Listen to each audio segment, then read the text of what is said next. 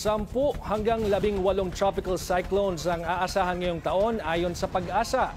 Bagamat hindi sing lakas ng mga nakaraang bagyo, hindi daw tayo dapat magpakakampante. Ngayong Hulyo, asahan ng 2 hanggang 3 tropical cyclones na posibleng dumaan malapit sa Batanes o maglandfall sa Visayas o Central Luzon. Ang iba pang detalye sa Agenda Weekend Report ni Ivy Reyes.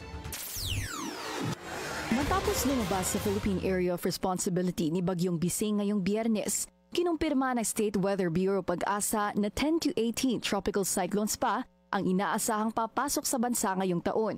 Ayon kay Pag-asa Deputy Administrator for Research and Development Dr. Marcelito Villafuerte, hindi sinlakas ng mga bagyo noong 2024 ang inaasahan nila ngayon. Pero hindi ibig sabihin nito magpapakampante na tayo. Maging mapagmasid pa rin daw sa panahon, lalo na ngayong tag-ulan. Ibinahagi naman ng Pag-asa ang improvements sa kanilang weather forecasts. Yung pagbibigay natin ng agarang impormasyon, halimbawa sa forecast natin ng tropical cyclones, before kasi ang forecast natin ay covering only 5 days. But right now, we already extended it to at least 2 weeks, no? So may initial information na tayo na binibigay na 2 weeks prior dun sa event. At least may expectation na whether magkakaroon ba ng tropical cyclone.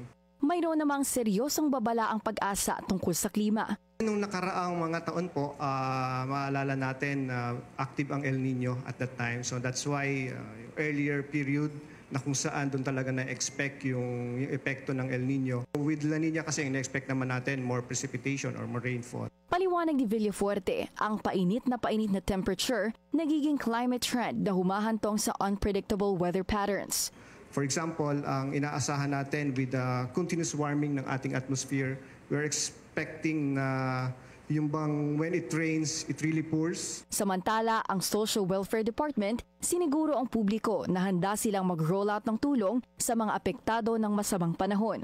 Sa ngayon, ang stockpile at standby funds ng DSWD nasa 3 billion pesos. Tag-ulan na kaya todo kay dumano ang DSWD para kumbinsihin ang mga street dweller na subilong sa kanilang himpilan dahil mapanganib sa kalye. Pero sa pinakahuling datos nila, hamon pa rin umano ang paghimok sa mga ito dahil sa 10,000 homeless individuals na kanilang nilapitan, aabot pa lang sa 6,000 ang tumanggap sa kanilang tulong. Para sa Agenda Weekend, Ivy Reyes, Billionaire News Channel.